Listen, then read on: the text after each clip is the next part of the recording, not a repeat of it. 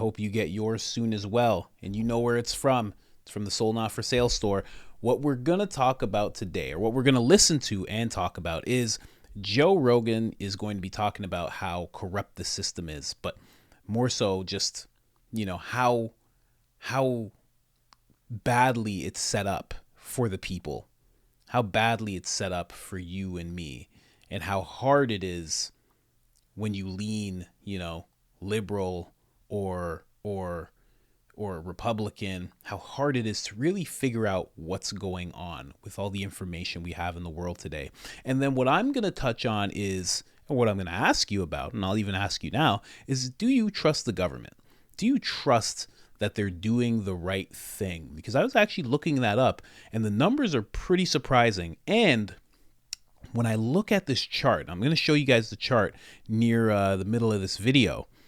The chart is very surprising as well, and it kind of opened my mind to something. But before we do that, we're just going to do it real quick. You know where I'm going to take you. I'm going to take you to the store. And you guys know about the store, Sold Not For Sale store. Every purchase helps us. But what I'm going to ask for now is more than that. I'm going to ask you to like this episode. Please, the algorithms have apparently changed when it comes to YouTube, and liking is equivalent to forcing the algorithm to share the video to a wider audience. So like.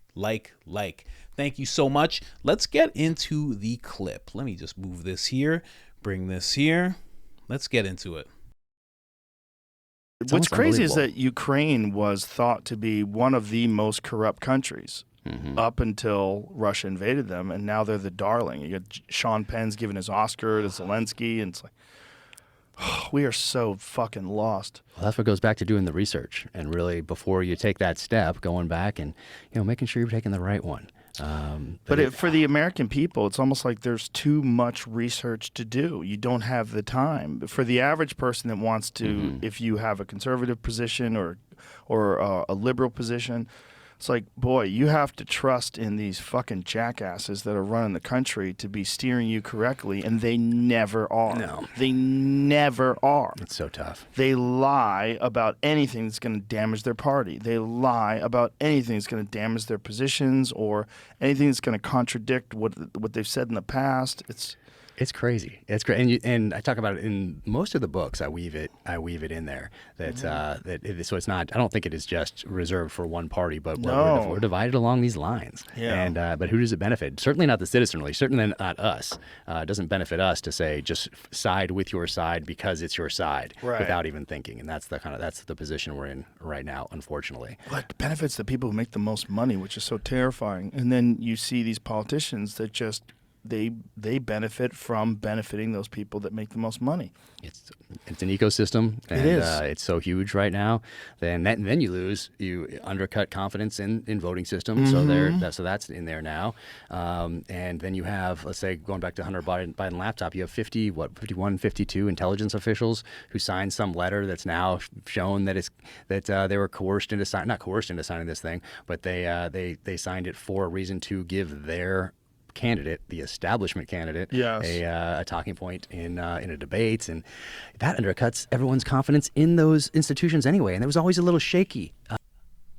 And I just interrupt just to say, like, knowing everything that they just said, like the fact that a Republican is going to lie for another Republican, liberal is going to lie for another liberal, as long as it benefits the party. And then on top of that, they're all doing something on their sides to benefit the people who make the money so they can make money as well.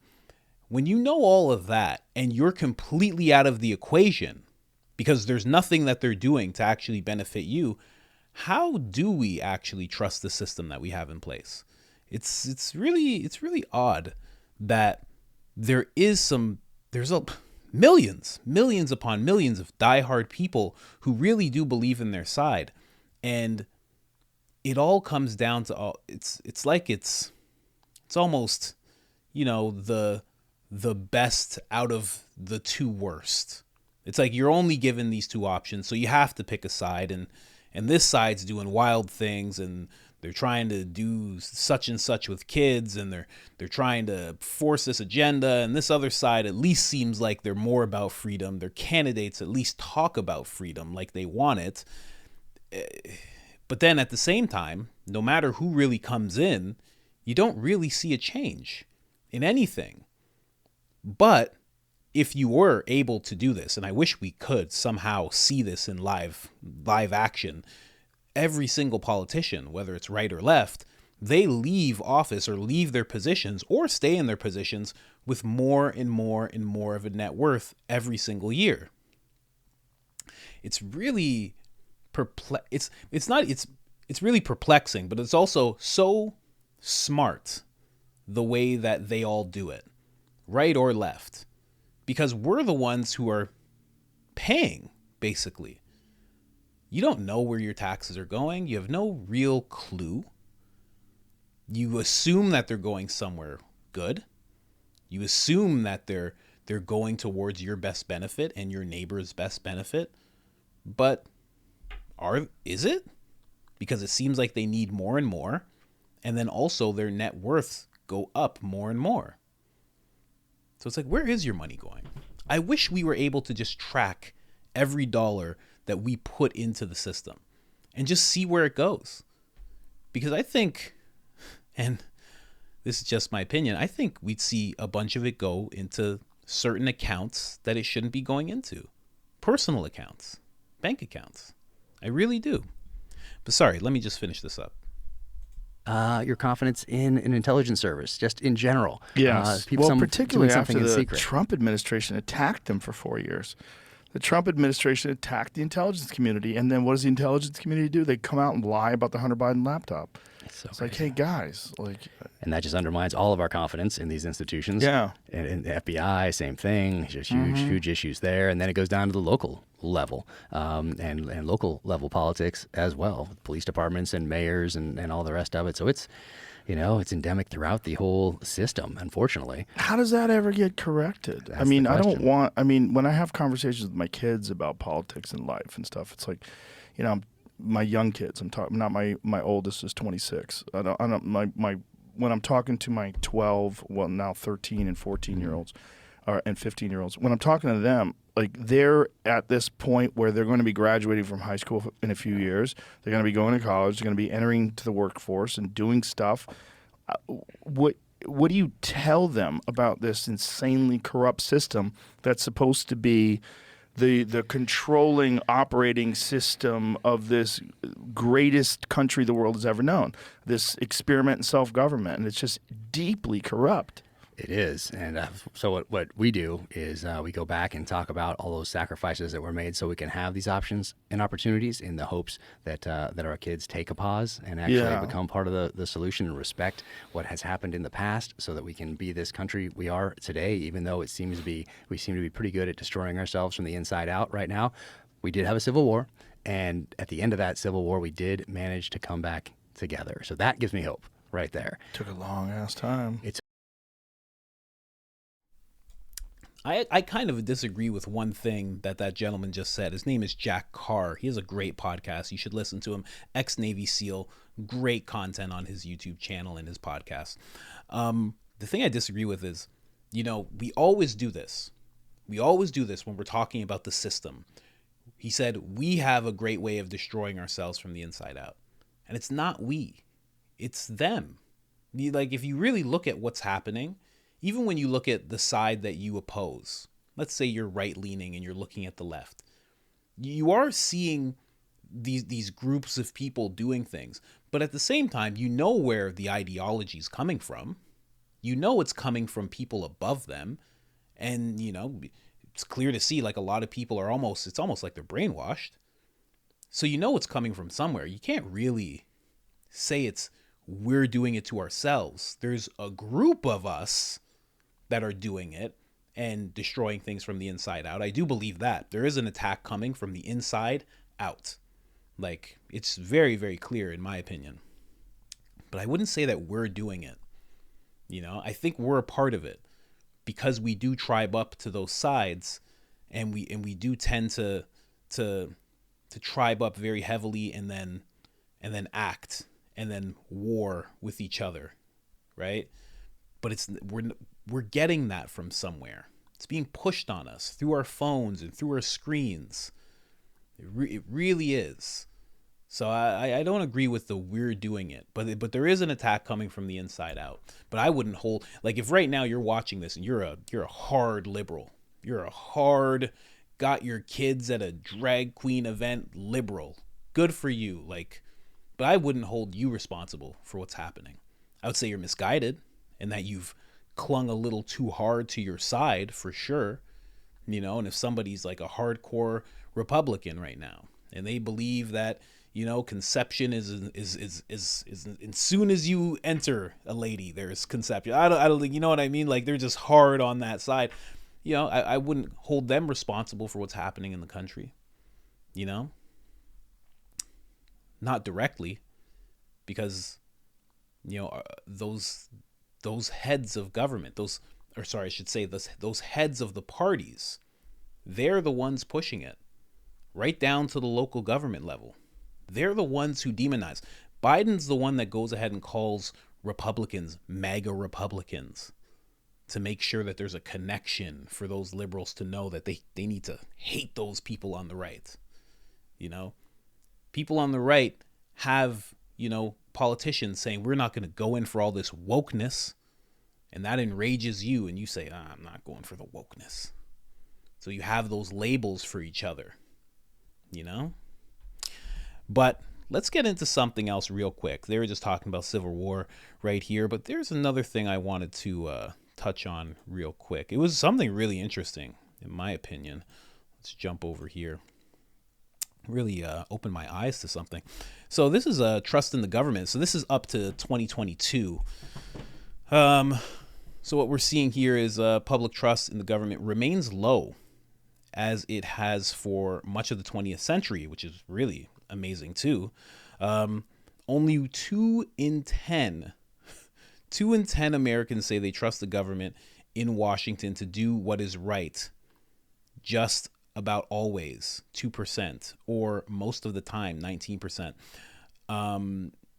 Trust in the government has declined somewhat since last year, when 24% said they could trust the government at least most of the time, which I think is a very high number, but that's just me.